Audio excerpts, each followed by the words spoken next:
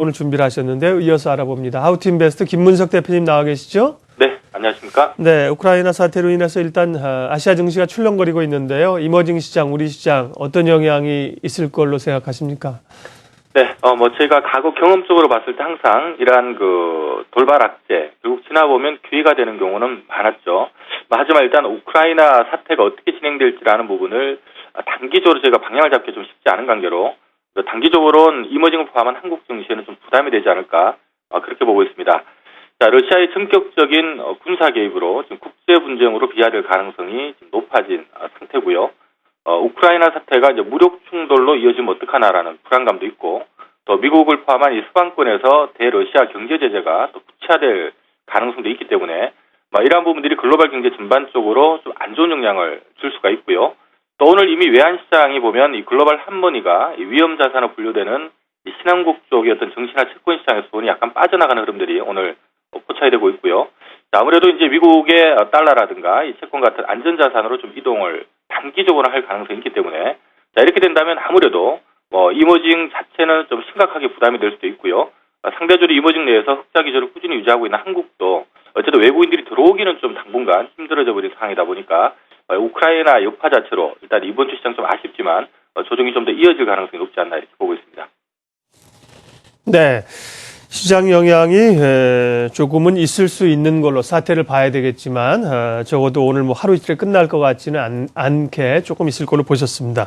자, 그렇다고 보면 조금 피해가는 전략이 필요해 보일 수도 있는데요. 시장 전략은요? 네, 그렇습니다. 주말 내내 좀 불안한 얘기들이 계속 나오고 있죠. 러시아 상원에서 지난 1일 날 러시아 대통령이 요청한 우크라이나 내 군사력 사용 요청을 만장일치로 승인을 했고요. 이미 러시아 군대가 지금 크림반도에 지금 배치가 돼 있는 그런 상태입니다. 아직 우크라이나 사태가 이 군사적 충돌로 이어질지 여부는 좀 불확실하긴 합니다만은 크림반도가 엄청나게 많은 매장량을 갖고 있죠, 천연가스 쪽을. 그래서 어떤 크림반도의 어떤 중요성이나 또 크림반도 내 자치 독립 요구가 좀 강했다라는 이런 측면들을 고려해 본다면 이 군사적 개입 가능성을 완전히 배제할 수는 지금 없는 그런 상황입니다. 그래서 우크라이나만 놓고 본다면 경제 규모가 크진 않습니다만은 이 우크라이나 자체로 인한 이 지정학적 리스크가 좀 더 파장이 커질 수 있는 상황이기 때문에 단기적으로 시장은 좀 안전자산을 선호하지 않을까. 결국 좀 불안하니까 이 달러나 엔화 같은 이 안전자산 쪽으로 자금이 좀 이동할 가능성이 높고요. 자, 이렇게 된다면 우리 한국 증시, 이머징 전체적으로는 조금 위험할 수 있는데, 그나마 이머징 내에서 상대적으로 안전한 한국 쪽은 상대적으로 이머징보다는 낫겠지만, 그래도 아무래도 달러가 강세를 보이는 과정 속에서 외국인들이 한국 증시에 좀 강하게 들어올 수는 없는 상황이기 때문에 일단 한국 증시도 그 영향은 함께 받을 가능성이 높다고 보고 있습니다. 다만 이제 상대적으로 피난처가 될 수 있는 부분은 한국의 시가총 상위 기업들 중에서 돈을 다 뺄 수는 없겠죠. 일부 불안하니까 좀 뺀다 하더라도 좀 시총 큰 쪽에서 상대적으로 안전한 쪽으로 이동할 가능성이 높은데요. 자, 이렇게 달러나 엔화 같은 이 안전자산이 단기적으로 조금 선호가 된다면 아무래도 달러나 엔화 대비 원화는 약세를 보일 수밖에 없습니다. 이렇게 된다면 원고 엔저가 완화될 가능성이 높기 때문에 아무래도 원고 엔저 때문에 가장 타격을 받았던 산업 섹터가 이 자동차 섹터라는 걸 감안해 본다면 오히려 시장의 피난처로 이 자동차 쪽을 좀 수급이 개선될 가능성이 높지 않나 이렇게 보고 있고요. 따라서 기본적으로 일단 시장 전반은 좀 쉬어가는 흐름이 나올 걸로 예상됩니다만은 오히려 원고 엔저 완화가 자동차 섹터 쪽으로 돈을 좀 이동시킬 수 있다는 관점에서 현대차를 포함한 자동차 섹터를 관심주로 제시를 해드리겠고요. 역시 안전자산 돈이 이동하다 보면 이제 금값이 올라가니까 고려화엔도 관심 대상이 되겠고요. 특히 우크라이나 자체가 아무래도 이제 실질적으로 유럽연합에서 대러시아 천연가스 의존도가 상당히 높은 지금 그런 상황이고요.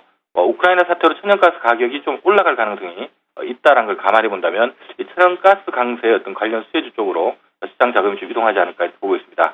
자, 관심주인 현대차만 차트를 통해서 좀 살펴볼 수 있도록 하겠습니다.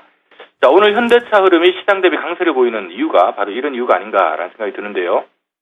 준비된 화면을 통해서 확인할 수 있는 것처럼 최근에 미국의 어떤 추가 테이퍼링, 작년 12월과 올해 1월달 두 차례 걸친 테이퍼링과 함께 원고 엔저가 좀 완화되면서 엔화 가치가 조금씩 안정되기 시작하고 있고요. 자, 이 여파로 지금 우리 현대차 같은 경우는 주가가 조금 회복되는 모습들이 전개가 되고 있습니다. 오늘 시장이 상당히 좀 안 좋은 가운데서도 현대차가 지금 상대적으로 강보합권을 유지를 하고 있는 모습인데요. 아무래도 당분간 원고 엔저 완화가 좀 이어질 가능성이 있다는 부분들이 여기 현대차 쪽으로 수급 개선을 시키는 요인이 아닌가 이렇게 보고 있고요.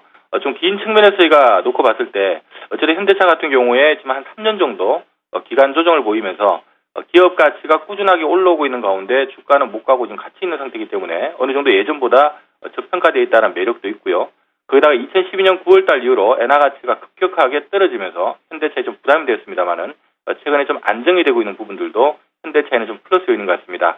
단기적으로 지금 우크라이나발 악재가 터져서 시장 전반은 좀 부담이 될 수는 있습니다만은 일단 원고 엔저가 완화되는 이런 흐름들이 당분간 좀 이어진다면 오히려 자동차 섹터 쪽으로는 시장 수급이 좀 돌아선 흐름들이 가능하지 않을까 이렇게 보고 있습니다. 이번 주 피난처로는 일단 현대차 섹터, 즉 현대차를 관심주로 제시하도록 하겠습니다. 네, 홀짝 박사의 모멘텀 투자 함께했습니다. 우크라이나 사태에 따른 시장 대응 전략, 관심 종목은 자동차, 현대차 말씀해 주셨습니다.